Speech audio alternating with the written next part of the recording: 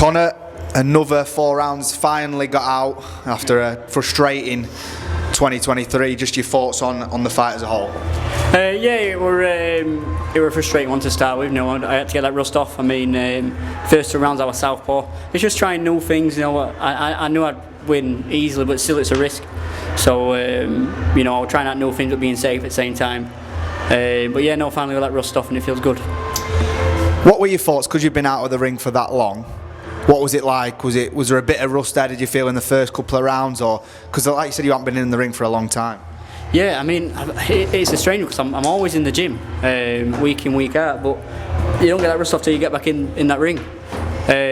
So yeah, it was a bit frustrating, the build up to it, because I'm like, what am I going to be like on the day? And to be fair, it's just a breeze for me anyway every day. I walked in today, I knew I'd get the win, I knew it'd be pretty straightforward, but when you get in that ring it's a different story. You got to make sure you're not making no mistakes. So I made a mistake and dropped a round, I'd be disappointed in it, do you know what I mean? So I made sure I won every round convincingly. So he did go for it a little, didn't he, at the end? He had a little cuffle back at you, and then you had a little trade off at the end. I didn't expect that. No, to be fair, he did. He collared me on, and I thought, you know what I mean, so I've got naught to lose, I won every round anyway, let him have a few and give him a few back, and it's entertaining, innit, you know what I mean? So like you said, now you kind of had your kind of honeymoon period, haven't you, in the ring now? Like you've got a little bit of experience behind you now.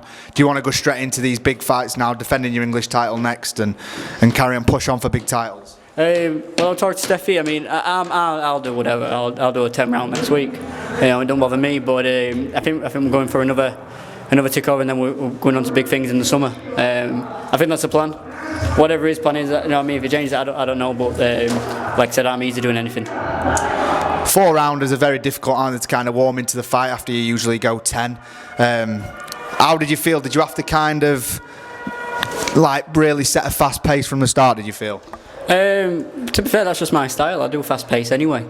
So whether it's 2, 3 rounds, 10 rounds, you know, I'm doing the same pace every round. I do 10 rounders like I do the 4 rounder. That's just my engine I've got. So yeah, it didn't really bother me in that aspect. Just a couple more, Conor. Obviously, I know, like you said, it's been a frustrating year for you. Starting the year back with a bang, with a win.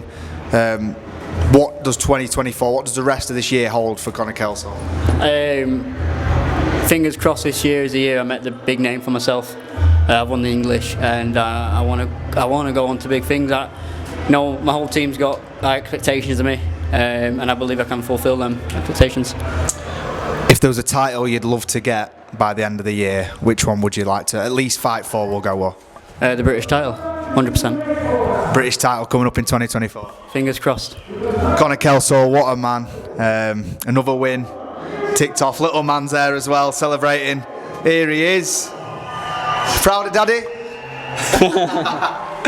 No, mate. We look forward to the next one. We're going to push on, aren't we, now? And we're looking forward to it, mate. Yeah, definitely. Thank you.